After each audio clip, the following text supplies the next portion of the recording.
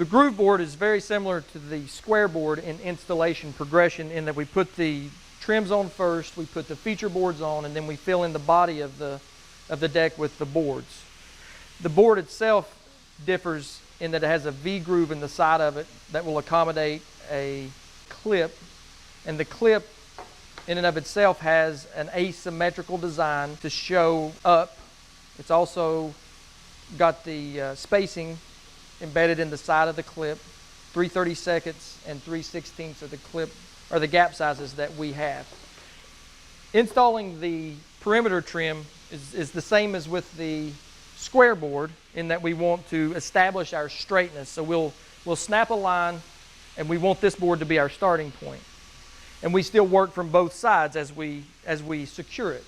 We'll work on the face with our face screws, and then on the interior we'll actually toe screw a screw in an area other than at the joist. Once we get everything secured and established, we'll come back with our clip, and the clip will simply become a spacer to ensure that the spacing is the same throughout the build.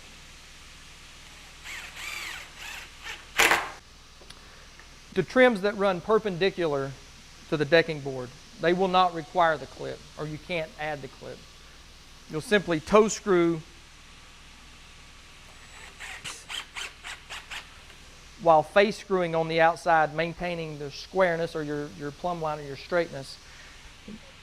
But ensure that the screw is clear of this part of the board so the abutting board will not have any interference.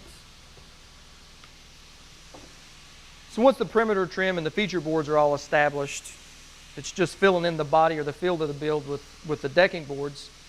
And that's simply abutting against the trim, and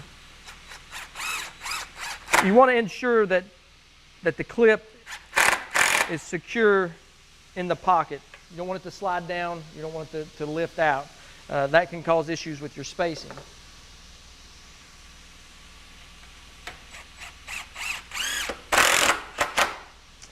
And if you notice, when this clip drives in, you want to seat it. It wants to go about halfway into the clip as far as depth, driving depth.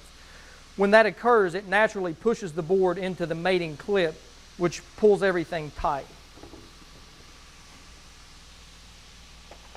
And if you're having difficulty holding the clip in the pocket, or you feel uncomfortable with your fingers being so close to the tip of the screw, a simple jig could be made in the field. We can with a compound saw, simply slide the clip in the pocket.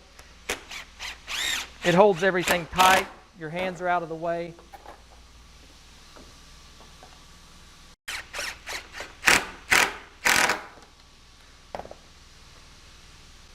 So in finishing the deck, it's going to be a little different than the square board in that with the square board, we simply cut the board, and we're still able to use like the camo or the ebb tie to fasten the board.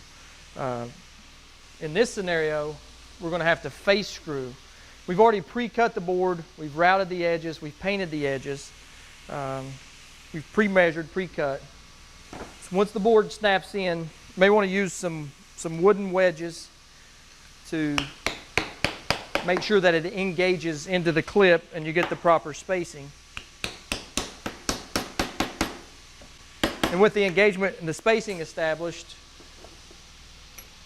we'll use our cap tour screws that are color matched